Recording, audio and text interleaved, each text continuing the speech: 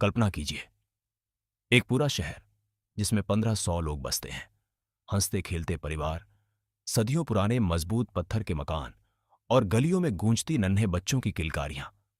फिर आती है एक ऐसी मनहूस रात जो सब कुछ फना कर देती है।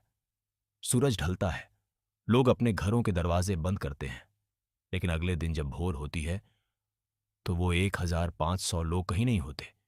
ना कोई लाश मिलती है, ना कोई गवाही, और ना ही रेगिस्तान की मिट्टी पर कदमों के निशान।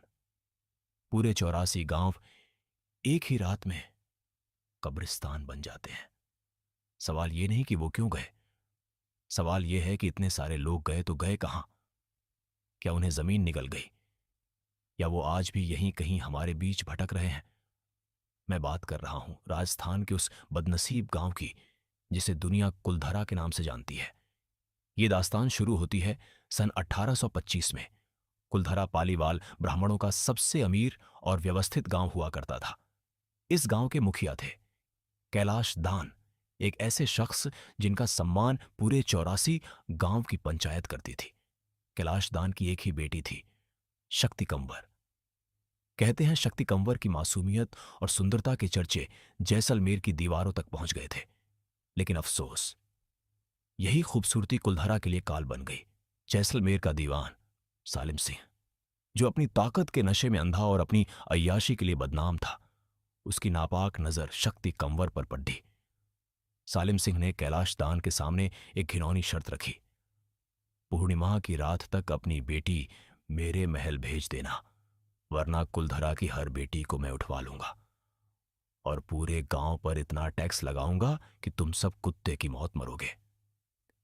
कैलाश दान के लिए यह सिर्फ उनकी बेटी की बात नहीं थी, यह पूरे समाज की आन और इज्जत का सवाल था। उन्होंने सालिम सिंह की आंखों में आंखें डालकर साफ कह दिया, हम सर कटवा सकते हैं, पर अपनी बेटी और अपनी मर्यादा का सौदा हरगिज नहीं करेंगे।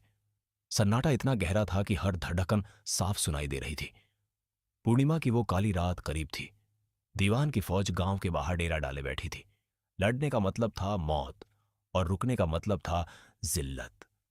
तब शक्ति कंवर ने अपने पिता से कहा, पिताजी, ये मिट्टी हमसे कुर्बानी मांग रही है, हम जाएंगे, पर इस तरह की सालिम सिंह हमेशा के लिए पछताएगा। पालीवाल ब्राह्मणों ने एक ऐसी बगावत की जो इतिहास ने पहले कभी नहीं देखी थी। उन्होंने अपना सोना चांदी जमीन में गाड़ दिया, अपने मवेशियों को आजाद कर दिया और अपने घरों के चूल्हे हमेशा के लिए ठंडे कर दिए। बिना किसी शोर के, बिना किसी चीख के हजारों लोग अंधेरी रात में रेगिस्तान के टीलों में कहीं खो गए। जाते जाते कैलाश दान ने कुलधरा की मिट्टी मुट्ठी में भरी और एक भयानक श्राप दिया, जो मिट्टी अपनी बेटियों की हिफाजत न कर सकी, वहां अब कभी कोई चिराग नहीं जलेगा। जो भी इस दहलीज को पार करेगा वो तबाह हो जाएगा। 200 साल बीत गए, पर वो श्राप आज भी इस मिट्टी में जिंदा है। कई लोगों ने यहां बसने की कोशिश की, लेकिन जो भी यहां रुका वो दोबारा कभी वैसा नहीं रहा जैसा वो आया था। लोग कहते हैं सूरज ढलने के बाद यहां की दीवारों से रोने की आवाजें आती हैं।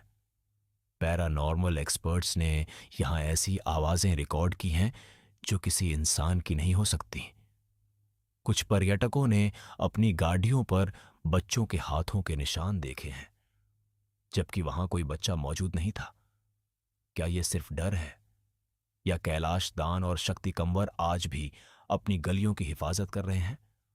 आज कुलधरा सिर्फ एक खंडहर है। आर्कियोलॉजिकल सर्वे ऑफ इंडिया ने यहां सूरज ढलने के बाद एंट्री बंद कर दी है। जब आप यहां की खामोश गलियों में चलते हैं तो आपको ऐसा लगता है जैसे कोई दीवारों के पीछे से आपको देख रहा है, जैसे कोई आपके कान में कुछ कहना चाहता है।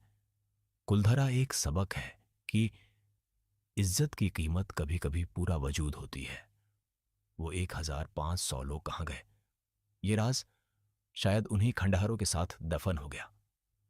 पर एक बात तय है, कुलधरा आज भी उन लोगों का इंतजार कर रहा है जो एक रात अपनी पहचान छोड़कर हमेशा के लिए गायब हो गए। क्या आप में हिम्मत है उस दहलीज को पार करने की जहां वक्त 200 साल पहले ही रुक गया था?